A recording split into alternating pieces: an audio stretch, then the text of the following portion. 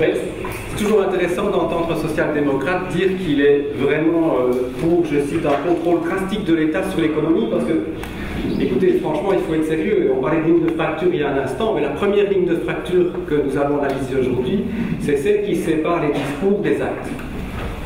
Parce que c'est ça aujourd'hui le problème de la gauche. C'est le problème d'un discours qui s'éloigne de plus en plus, d'une part, de la réalité des gens, et Michael y a fait allusion tout à l'heure en partant d'exemples très concrets, mais aussi le problème d'un discours qui s'éloigne du propre comportement de l'acteur qu'il produit. Un exemple concret, nous venons d'entendre quelqu'un dire « J'appartiens à une famille politique, à une formation qui souhaite un contrôle drastique sur l'économie », mais dans le même temps, au Parlement européen, il y a quelques mois ou quelques semaines, voire quelques jours, ses collègues votent exactement dans l'autre sens. Ils votent pour nous laisser embarquer dans une véritable Europe à l'américaine, une Europe qui va être régie par les règles du grand marché transatlantique qui est en projet. Et à chaque étape de l'élaboration de ce grand marché transatlantique, il y a des discussions au Parlement européen. Il y a des objections qui sont émises par certains groupes politiques, comme le groupe de la gauche unitaire européenne, auquel nous nous relions, nous Vega. Il y a des propositions qui sont avancées par des parlementaires comme Jean-Luc Mélenchon, qui proposent par exemple, soyons concrets, le 23 mai 2013, qu'on ne commence pas les négociations de ce grand marché transatlantique avant d'avoir obtenu préalablement une étude d'incidence sur le potentiel impact négatif de ce type d'accord sur les investissements entre les États-Unis et l'Europe. Je demande simplement qu'on ait au moins une étude d'incidence avant de s'embarquer dans la négociation et avant de doter nos représentants, en l'occurrence la Commission européenne et les ministres européens en charge des relations extérieures, d'avancer dans cette négociation. Eh bien, qui trouve-t-on pour voter contre cette proposition d'étude d'impact avant qu'on entame ces négociations? Et on trouve M. Michel. Bon, ça, c'est pas une grande surprise. Là, même sans son assistant, il peut parfaitement voter ce genre de choses. Mais on trouve aussi M. Dardenne, par exemple, le collègue socialiste de M. Laouech au Parlement européen, le 16 avril 2014, là on est beaucoup plus près d'ici. On pourrait imaginer qu'en un an, il y avait un certain nombre de sensibilisations et d'actions qui ont commencé pour tirer cette sonnette d'alarme des grands dangers que nous font courir les accords sur l'investissement entre États-Unis et Union européenne. Vous pourrez imaginer que le regret aidant, ces gens changent d'attitude, et donc il y a une douzaine de jours au Parlement européen, on a un débat sur le mécanisme de règlement des conflits entre entreprises transnationales d'une part et Union européenne ou l'un de ses États membres d'autre part. Ce mécanisme de règlement des conflits est au cœur de cet accord. Qu'est-ce qu'il dit cet accord? Il dit, eh bien voilà, on va faire tomber toutes les barrières douanières qui protègent les normes européennes en matière d'environnement, en matière de droits sociaux, en matière de santé, etc. On va faire tomber tout ça pour permettre aux produits européens, certes, d'aller vers les États-Unis, mais surtout pour permettre aux investisseurs américains de pouvoir écouler leur production beaucoup plus facilement, avec beaucoup moins d'entraves à la libre concurrence non faussée vers nos pays. Avec une série d'effets déstructurants tout à fait prévisibles et qui ne sont pas du tout de l'ordre du fantasme.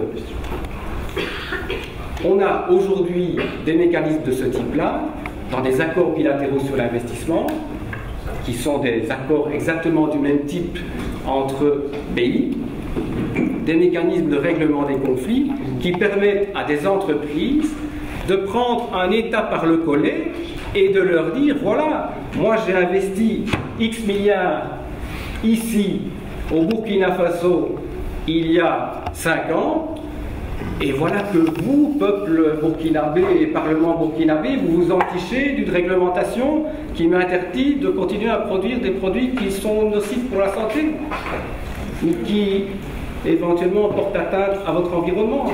Et voilà que vous vous mettez à m'empêcher d'employer dans mes usines des mineurs d'âge de moins de 16 ans. Oui, mais ça porte atteinte à mes bénéfices, ça limite mes profits, ça diminue la rentabilité de mes investissements.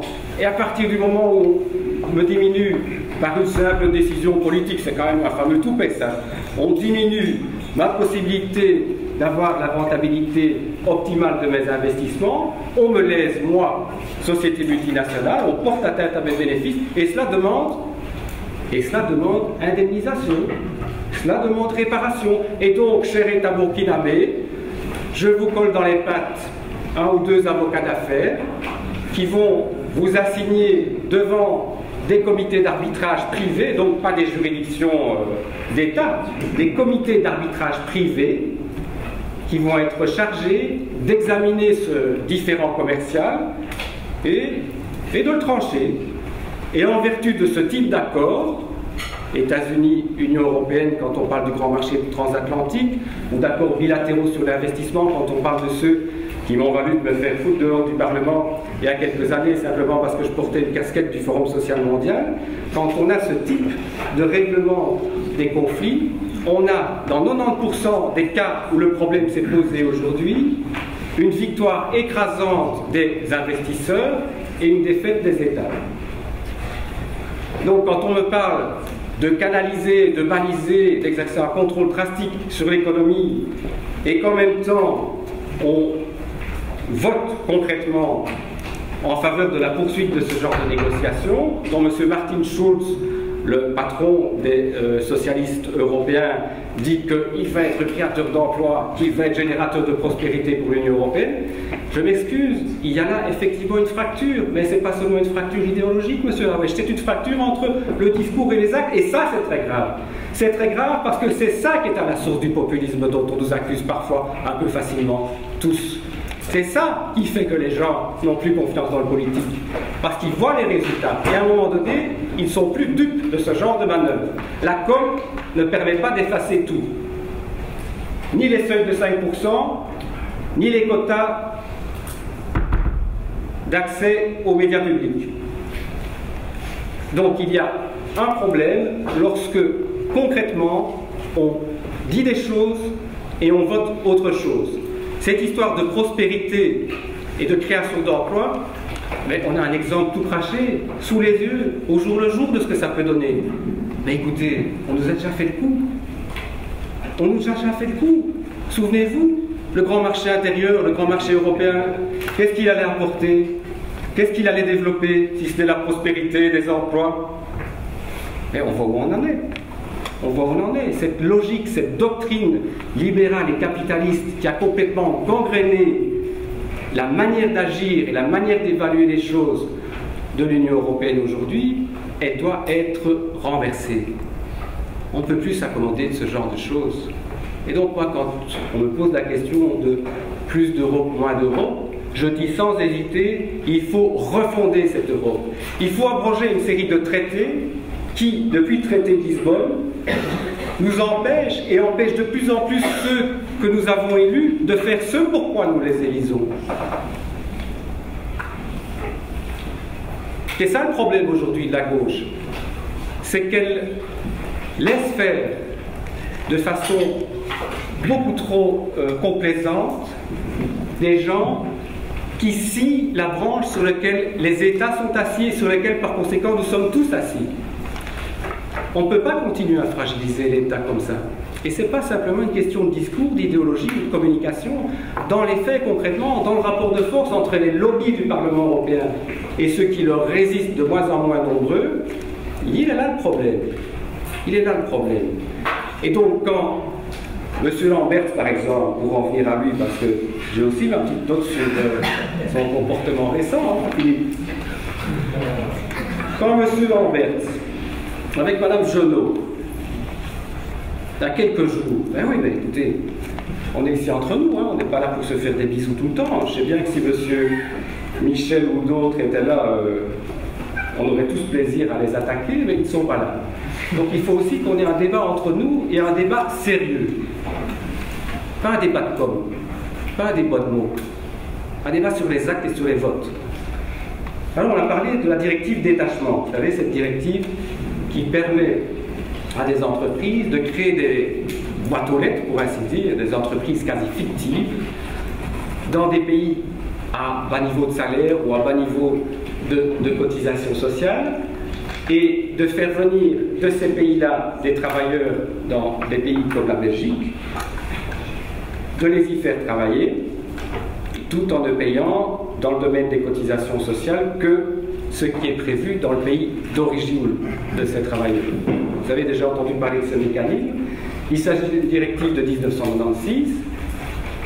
Je ne sais pas ce que le ministre belge, qui faisait partie du Conseil européen à ce moment-là, a pensé, mais manifestement, il n'y a vu que du feu. Et puis en 2002, le 5 mars 2002, quand on transcrit cette directive au niveau du Parlement fédéral, MR, PS et Écolo, qui étaient à l'époque au pouvoir, n'y ont de nouveau vu que du feu. Mais bon sang, maintenant, ça fait quand même quelques semaines qu'on en parle de cette directive détachement. On a eu un référendum en Suisse qui était principalement dans son résultat déplorable, motivé par ce genre de problème. Donc on sait ce qui nous guette, on sait le problème tel qu'il se pose, les analyses sont là, et qu'est-ce qu'on a?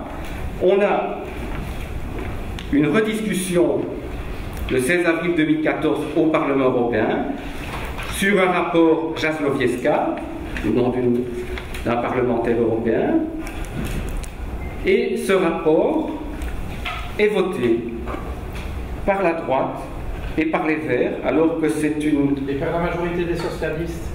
Effectivement, et par la majorité des socialistes, mais pas toujours par la majorité des socialistes, je vais venir. Laissez-moi quand même donner exactement l'écho de ce qui s'est passé. Le texte donc est voté. C'est un texte qui, à la marge et de façon tout à fait accessoire et superficielle, corrige la directive de 96, mais pour le reste, la confirme sur cette histoire notamment de cotisation sociale. On continue. La seule amélioration dont on peut éventuellement parler, c'est que le donneur d'ordre, donc celui qui commande les travaux, serait désormais responsable si un sous-traitant manque à ses obligations légales. Et on ne parle que du premier sous-traitant. Or, on sait que dans ce domaine du détachement des travailleurs, l'un des principaux problèmes, c'est un problème de traçabilité, c'est-à-dire que vous avez des sous-traitants, et que parfois vous avez 2, 3 ou 4 maillons de la chaîne entre le travailleur et le donneur d'ordre. Eh bien, les sous-traitants suivants, ceux qui ne sont pas au tout premier rang, ils ne sont pas concernés par ces améliorations. Et de la même manière, seul le secteur du bâtiment et des travaux publics est concerné par ces améliorations. Alors, Philippe Lambert et Zoé Genot, et sans doute aussi les amis de M. Lawesh, peuvent dire dans un communiqué triomphant « Enfin, un pas en avant pour l'Europe sociale ». Enfin, ça ne modifie le système qu'à la marge. Ça ne donne pas de solution au dumping social sur les cotisations sociales. Et la Confédération européenne des syndicats, qui n'est pas non plus l'extrême gauche et la pointe avancée de la révolution, dit, je la cite, « Au mieux, le Parlement européen a échoué à renforcer la mise en œuvre de droits minimaux pour les travailleurs. Au pire, il réduit la capacité des États qui voudraient faire mieux dans le futur, parce que cette directive, ce texte qui a été voté le 16 avril 2014, il gêne les choses pour les 5 prochaines années. » Alors, les Verts ont voté contre des amendements de la gauche unitaire européenne et du groupe socialiste qui tentaient à améliorer le texte et à ouvrir une seconde lecture après les élections au lieu de tout bloquer pour 5 ans. Eh bien ça, moi je ne comprends pas. Je ne comprends pas qu'on puisse considérer qu'un texte pareil, qui est purement cosmétique, constitue, je cite encore, un pas en avant pour l'Europe sociale. Donc pour moi, la fracture, elle est là. Elle doit être assumée par ceux qui, dans le confort de la communication facile et de leur représentation systématique à tous les débats et dans tous les cercles autorisés, elle doit être assumée par ceux-là, et c'est eux qu'il faut interpeller aujourd'hui sur la manière dont ils portent notre parole et nos projets. Je terminerai par dire que sur ce qui concerne l'État et l'économie, en 2 minutes, puis on reviendra peut-être par la suite sur les autres enjeux. Je pense que il y a une chose qui me différencie de M. Lawesh et de M. Lambert, c'est la conviction aujourd'hui bien enracinée que nous devons sortir du système capitalisme. C'est un système qui n'a que quelques centaines d'années, 150, 200 ans tout au plus. On ne doit pas considérer qu'il est dans la nature des choses de fonctionner dans une économie capitaliste. On peut inventer d'autres choses. On a un pouvoir de créativité qui existe encore. Et là, j'ai une différence avec eux parce que je pense que le green business, l'idée qu'on puisse simplement par des comportements individuels vertueux modifier tout cela, alors que le GIEC nous dit que voilà, on est en train de s'éloigner de l'objectif de 2% maximum d'augmentation de la température moyenne sur Terre. On est probablement pour le moment dans un train qui nous conduit à une augmentation de l'ordre de 4 à 6 degrés. Donc ça ne marche pas, le système des droits de polluer que vous avez aussi cautionné, qui consiste à s'échanger sur des espèces de bourses spéculatives des droits de polluer et qui ont fourni un alibi au capitalisme pour continuer à polluer, à abîmer, à détruire encore notre climat et notre planète. Ça ne fonctionne pas. Il faut passer à la règle verte, ce que nous appelons avec Mélenchon la règle verte, c'est-à-dire à une vision, et là c'est peut-être aussi un peu ma nuance importante avec les amis du PTB, il faut passer à une vision qui intègre à tous les choix politiques une volonté de réduction de l'empreinte écologique. Une volonté de réduction d'empreinte écologique. Le développement durable, ça ne fonctionne pas. Il faut que les projets, que les technologies nouvelles et existantes soient évaluées à partir de leur empreinte écologique, c'est-à-dire à partir de la pression qu'elles exercent sur l'environnement. Et je terminerai par dire pourquoi. Parce qu'aujourd'hui, vous avez peut-être déjà entendu parler de cette notion intéressante qu'est l'Overshooting Day. L'Overshooting Day, c'est le jour du dépassement. Et il y a 20-25 ans, le jour du dépassement, c'était aux environs du mois d'octobre.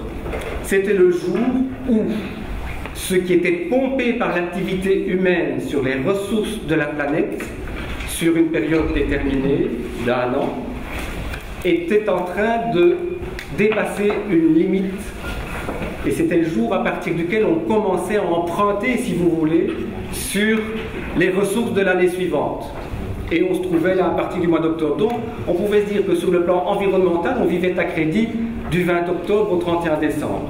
Du 20 octobre au 31 décembre, on pompait plus que ce que la nature était en mesure de régénérer au cours de cette période d'un an. Et j'en termine là, empreinte écologique. Et il m'a coupé mon raisonnement. C'est vrai que je suis 3 minutes au-delà. L'Overshooting Day, donc je termine par là. Aujourd'hui, chers amis, en 2013, c'était le 23 août. Donc vous voyez, la bifurcation, elle doit être radicale. Les changements, ils seront de toute façon violents. Alors ce qu'on doit choisir, c'est une violence purement de loi de la jungle, et c'est celle vers laquelle le système européen actuel est en train de conduire si nous ne le changeons pas radicalement, ou alors des changements importants, des changements à la racine, qui modifieront beaucoup de choses, mais qui seront assumés politiquement et démocratiquement par nous tous.